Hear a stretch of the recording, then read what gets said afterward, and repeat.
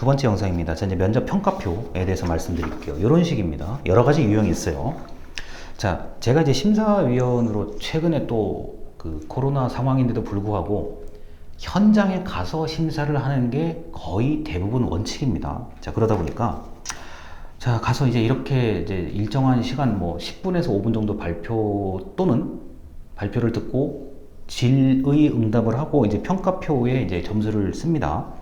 평가위원이 이제 작을 때는 3명, 많을 때는 9명까지 상당히 그 여러 가지 방법들이 있는데 결국에 평가표는 비슷비슷해요. 자, 예를 들어 이런 겁니다. 자, 평가표 1번. 자, 뭐 표현력, 창의력, 적극성, 전문성 이런 항목들에 따라 배점이 다 정해져 있고 그 각 항목. 자, 예를 들어서 표현력이라고 하면은 표현력에 관련된 질문이 1, 2, 3 있습니다. 뭐 창의력에 관련된 질문 1, 2, 3 있고 다 배점이 정해져 있습니다. 그래서 표현력에 관해서 질문 1, 2, 3 중에 그 1, 2, 3 세 가지 질문 중에 한 가지를 물어보고 답변을 듣고 자, 점수를 적습니다. 점수가 이렇게 점수를 고를 수 있게 되어 있는 경우가 있고요. 또는 자, 평가자가 편하게 점수를 기록할 수 있는 부분들이 있습니다. 그리고 반드시 심사평. 자, 나는 1번 지원자에게 뭐 표현력에 관련된 질문을 했더니 이런 답을 얻었다. 뭐 표현력이 풍부하다. 뭐 창의력이 있는 것으로 판단됨. 자, 적극성이 있다고 뭐 판단됨. 이런 식으로 심사평을 기록하게 됩니다. 그래서 자, 각 항목별로 질문이 정해져 있고 자, 이 평가자는 면접관은 그 질문을 그대로 물어보고 그 질문에 대한 대답을 듣고 점수를 기록하는 이런 아주 일반적인 평가표가 하나가 있고요. 자, 그리고 이제 두 번째입니다. 자, 두 번째인데, 자, 이거는 그 역량을 두 개로 나누어서 이제 물어보는 거예요. 그러니까 쉽게 말해서 공통 질문. 모든 지원자에 대한 공통 질문이 있고, 그 지원자들 중에서도 뭐 예를 들어서요. 자, 뭐 경영 업무에 지원한 사람에 대해서는 또 질문이 좀 다르고, 뭐 예를 들어서 영업 업무에 관련된 자, 사람에 대해서는 질문이 좀 다르고, 자, 공통 역량 질문과 그 부분별 전문 역량 질문이 같이 놓여져 있는 경우가 있습니다. 자, 배점은 마찬가지고요. 자, 이렇게 이제 묻습니다. 처음에는 공통적인 질문들, 모든 지원자에게 똑같이 물어볼 수 있는 질문이 정해져 있어요. 그 중에서 골라서 물어보고 답변을 듣는 형태. 그리고 공통 역량을 확인을 했으면 그 다음에는 뭐 다른 이제 면접관이 이제 이런 겁니다. 나는 경영 쪽에 좀 맡아서 내가 골라서 질문을 하겠다. 나는 영업 쪽에 좀 맡아서 내가 골라서 질문을 하겠다. 이런 식으로 평가를 할 수가 있습니다. 물론 자, 질문과 점수 배점은 다 동일하게 되어 있습니다.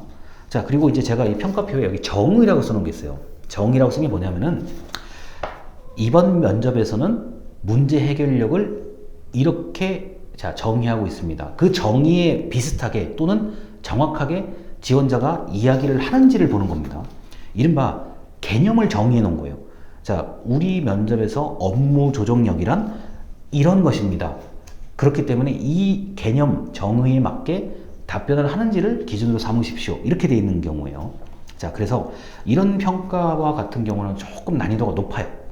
자, 공통 질문도 얘기를 좀 해야 되고 답변을 좀 준비를 해야 되고 내 분야, 내가 지원한 분야에 대한 전문 역량도 준비를 해야 되기 때문에 약간 수준이 높습니다. 그리고 이제 점수를 적거나 등급이 정해서 뭐 A, B, C, D 이런 식으로 자, 대학교 학점과 같은 등급이 정해져 있습니다.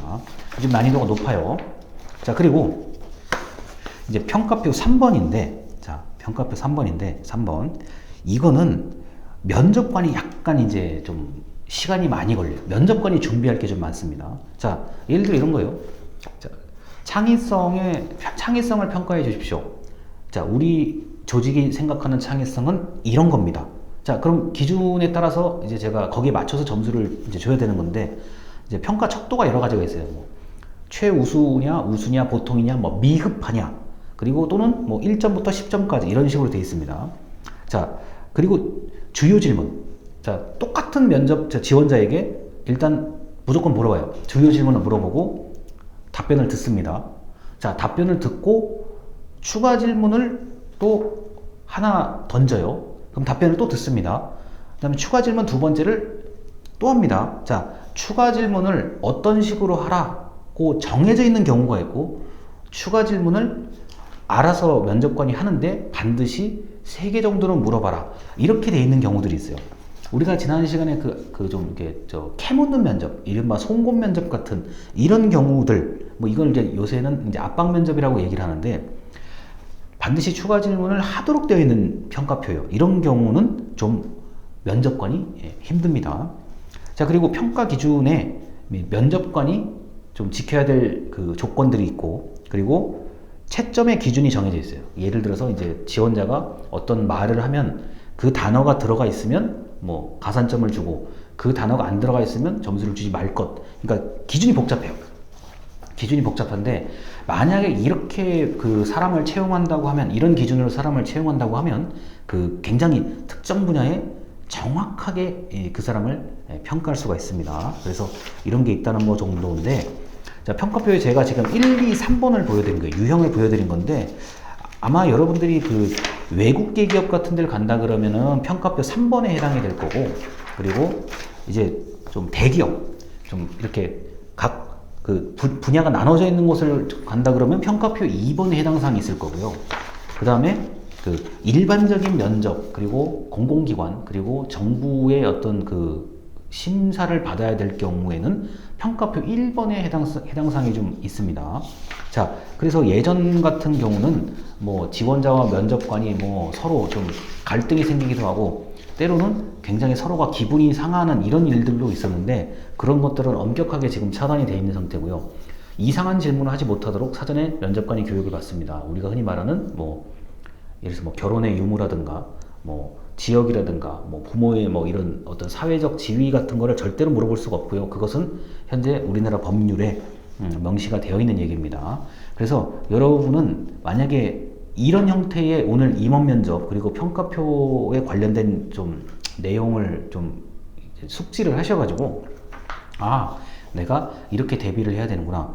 또는 여러분이 만약에 뭐 중소기업이라든가 소기업 같은 곳에 가신다 그러면은 임원 면접이 그 전 단계의 거, 이력서, 자기소개서 전부 다 합한 게 임원 면접에서 이루어질 수 있다는 것도 반드시 기억을 하셔야 됩니다. 자, 그리고 그 평가표라는 게 이렇게 나누어져 있는 것도 있고, 그냥 그 아주 자유롭게 이제 평가를 할 수도 있는데, 보통은 우리가 최소한의 기준으로 평가표 1번과 같은 정도의 수준에서는 준비를 하시는 게 맞습니다. 영상 여기까지입니다. 감사합니다.